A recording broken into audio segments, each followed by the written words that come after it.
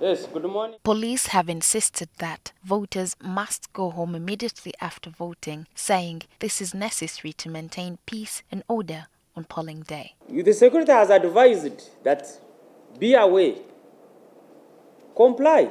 They stressed that once a voter has cast their ballot, they have no further role to play at the polling station. Bamunoba said only authorized agents are allowed to remain at polling stations to observe the process, take part in tallying, and receive results on behalf of candidates for submission to the National Tally Center. This position echoes earlier statements by Electoral Commission Chairperson Simon Byabakama and the Chief of Defense Forces Muhoozi Kainerugaba, a position that has since been criticized by civil rights activists and opposition groups who argue that the law allows voters to remain at least 20 meters away from polling stations. The Presidential Elections Act states this very, very clearly that a candidate can be at a polling station to witness what is going on directly or indirectly through his or her agent. And it is the duty of the agent to act on behalf of the candidate, to see what is going on, to participate in the tallying of the results, receive the results on behalf of the candidate, and then they are transferred to the National Tally Center. So what is the work of the voter who has cast his or her vote at the polling station? Police explained that when voters remain around polling stations after voting, it can create tension, congestion, and disorder, especially in polling stations located in homesteads with limited space. Police warned that failure to comply with security guidance will attract consequences. Do I need to re-emphasize that? When security has advised that, look here, what you're doing is not right, and you resist, what follows? Okay? Proper procedures are taken to bring you to order. So kindly do not resist security guidance, do not resist when you are advised to extend or to be away for purposes of creating order. The answer is obvious. Don't ask me what will happen to me. The answer is very obvious. Just comply with the security guideline.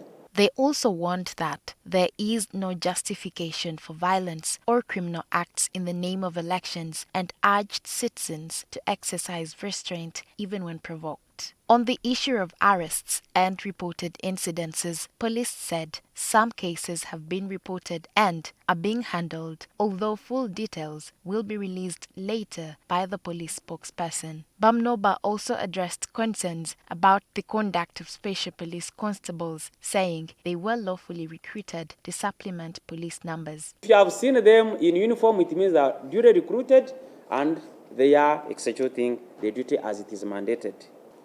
Well, if this is going on, it's very unfortunate. But again, as I said, report these cases.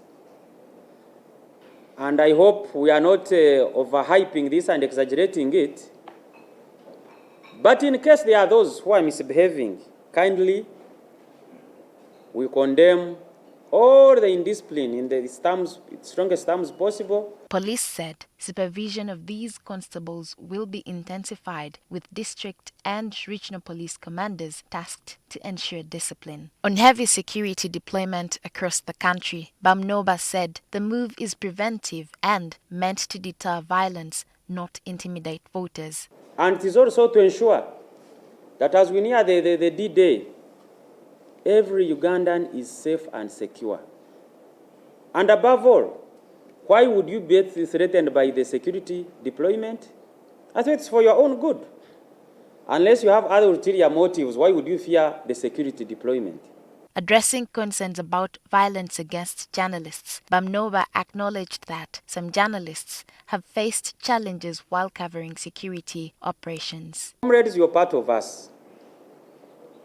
And we work together. We work together very, very well under a cordial relationship. Okay? Wherever things have not gone right in one or another, your safety has been compromised. We are very sorry. However, he also urged journalists to remain professional and avoid chaotic situations, warning that security responses like tear gas cannot distinguish between journalists and other civilians in violent situations. But as you know, maybe that is part of the occupational hazard. However, we promise to do our best.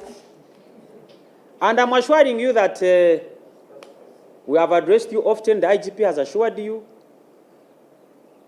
that the police enjoys a cordial relationship with you, and you are very, very necessary in helping to broadcast to the world what is happening in the arena of security.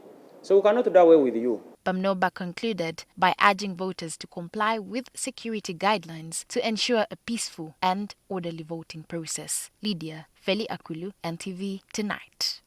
Uganda.